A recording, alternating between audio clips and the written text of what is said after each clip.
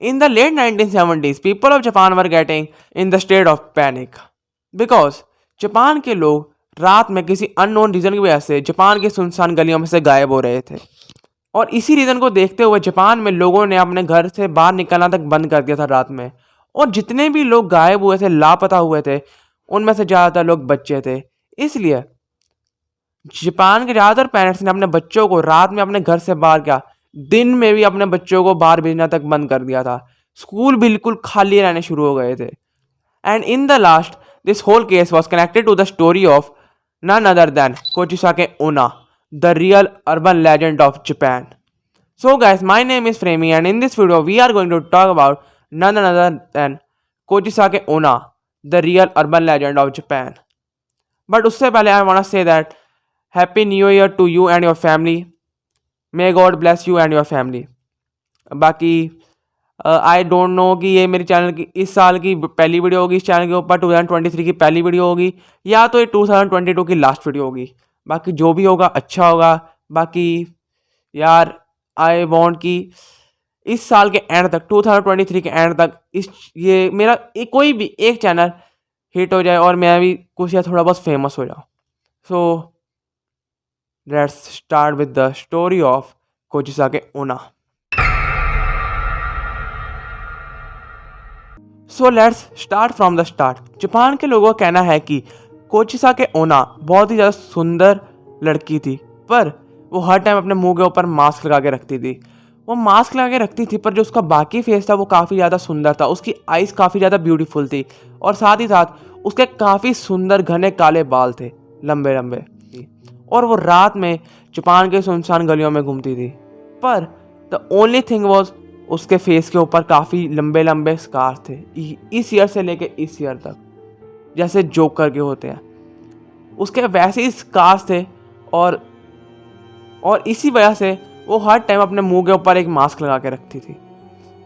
और जब भी वो उस रात में जापान की सुनसान गलियों में निकलती थी तो वो जो भी इंसान उस टाइम वहाँ पे घूम रहा होता था उसको पकड़ती थी और उसको पूछती थी कि क्या वो अच्छी दिख रही है, क्या वो ब्यूटीफुल है।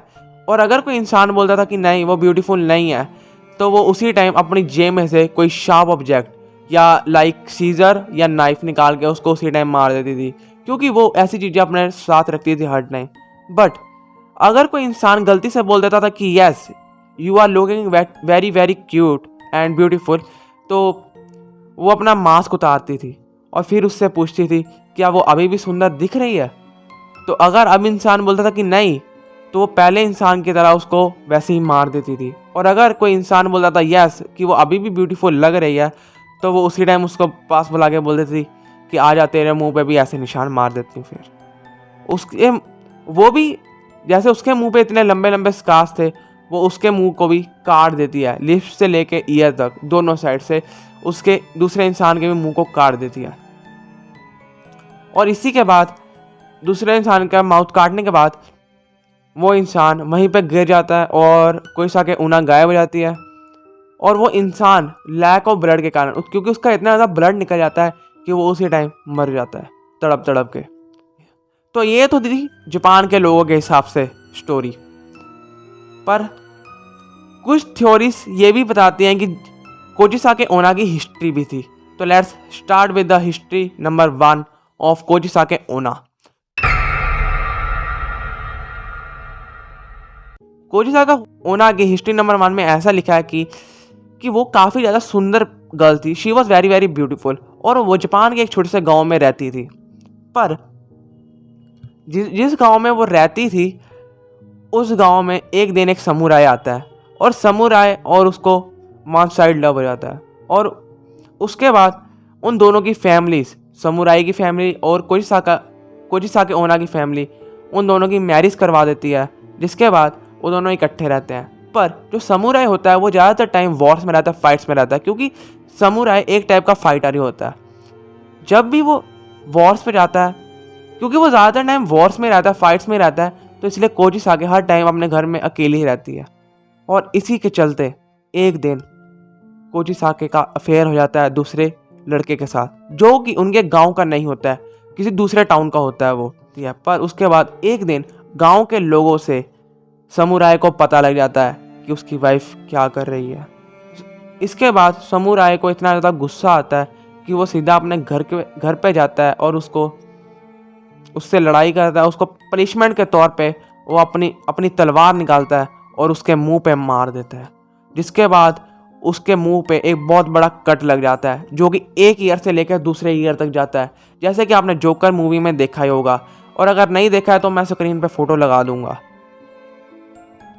उसके मुंह के ऊपर वैसे जब वो कट लगा देता है तो उसके बाद कोजिसाके चिल्लाती है, रोती है, तड़पती है, वहीं पे गिर जाती है और समुराय वहाँ से चले जाता है। और उसके बाद कोजिसाके वहीं पे गिर के मर जाती है।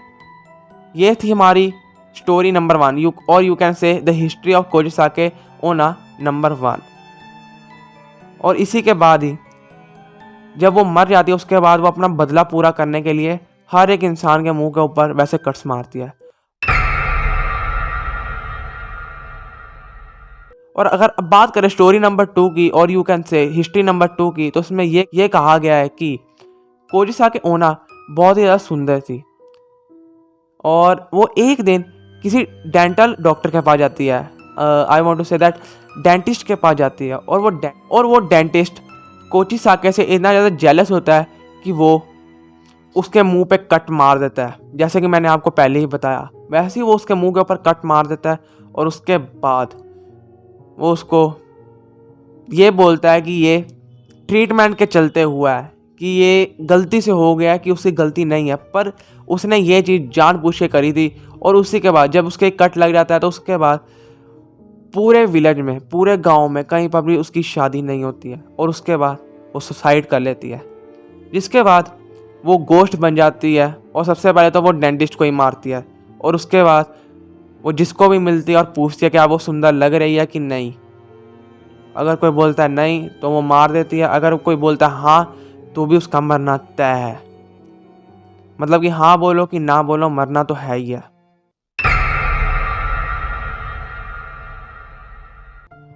कुछ लोगों की थ्योरी माने तो वो लोग कहते हैं कि जूनियर हाई स्कूल के स्टूडेंट्स ने जानबूझकर ये रूमर्स फैलाए थे, यह अफवाह फैलाई थी कि कोजिसाके नाम की कोई औरत लोगों को किडनैप कर रही है, उन्हें मार रही है।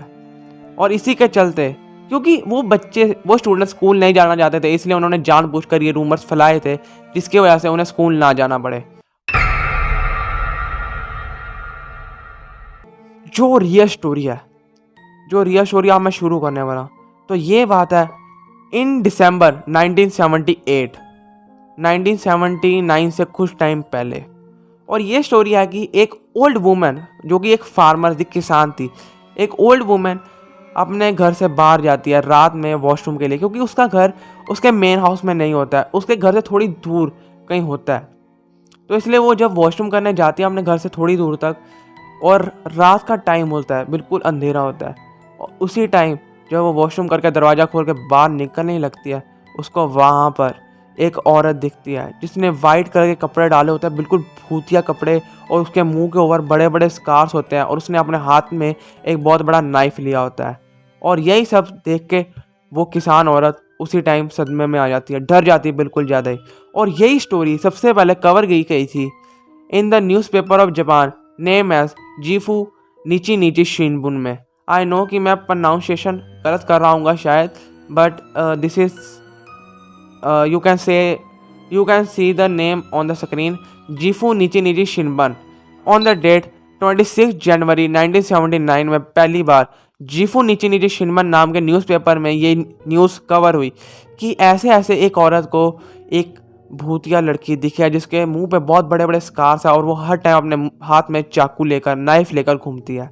और उसी के बाद 2 अलग अलग और न्यूज़पेपर्स भी इस न्यूज़ को अपने न्यूज़पेपर में छापते हैं।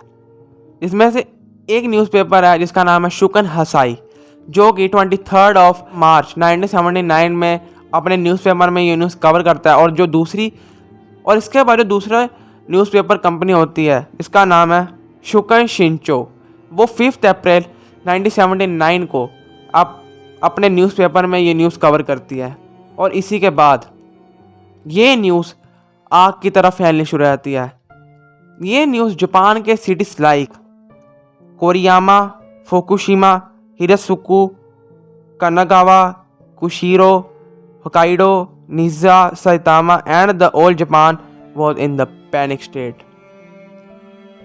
इन सब सिटीज़ और यू कैन से इन सब स्टेट्स में जब ये न्यूज़ फैलती है उसके बाद पूरा जापान डर जाता है, बिकॉज जापान के अलग अलग सिटीज़ में से, अलग अलग स्टेट में से ऐसी और न्यूज़ सामने आनी शुरू होती है।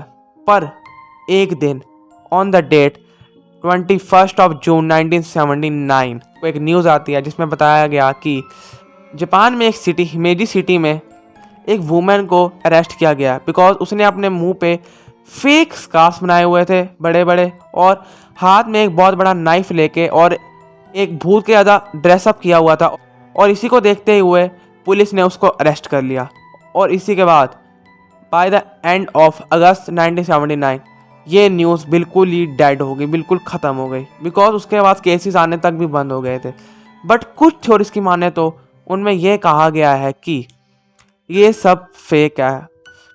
ये बात है जब कोजी साके ओना की न्यूज़ काफ़ी ज़्यादा वायरल हो गई थी, उसके बाद कुछ ऑर्गन सेलर्स ने बच्चों को किडनैप करना शुरू किया और उसके बाद उन्हें मार के उनके ऑर्गन सेल किए। वो सब तो आप समझ ही सकते हो।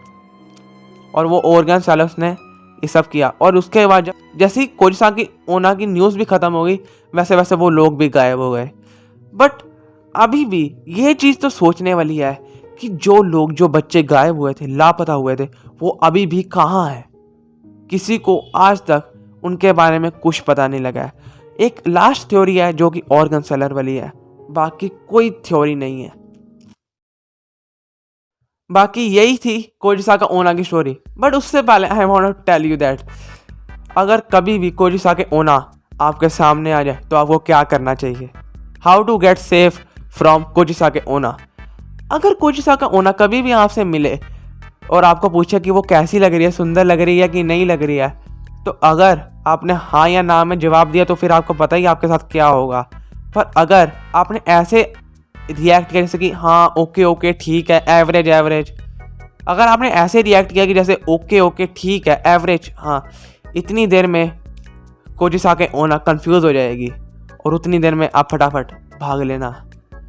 और अगर भाग लोगे तो ठीक है, फिर किया आपको पता ही फिर आपके साथ क्या होगा। बाकी that's it for the video. मिलेंगे किसी अगली वीडियो में, तब तक के लिए good bye and thanks for watching this video. और अगर आपको ये वीडियो थोड़ी सी भी अच्छी लगी हो तो इस वीडियो को लाइक करके चैनल को सब्सक्राइब कर लेना। और मिलेंगे अपनी अगली वीडियो में, तब तक के लिए अगर आपके पास भी कोई टॉपिक हो जिसके ऊपर मैं वीडियो बनाऊं तो मुझे कमेंट में ज़रूर बताना। बाकी you will get my UPI ID in the description. अगर आप में से कोई भी मुझे डोनेट करना चाहता है तो यस डोनेट करो यार भाई, फिर और क्या। बाकी मिलते हैं फिर अगली वीडियो में, तब तक के लिए गुड बाय। एंड अगली वीडियो इंडियन रियल स्टोरी के ऊपर होने वाली है, तो स्टे ट्यून।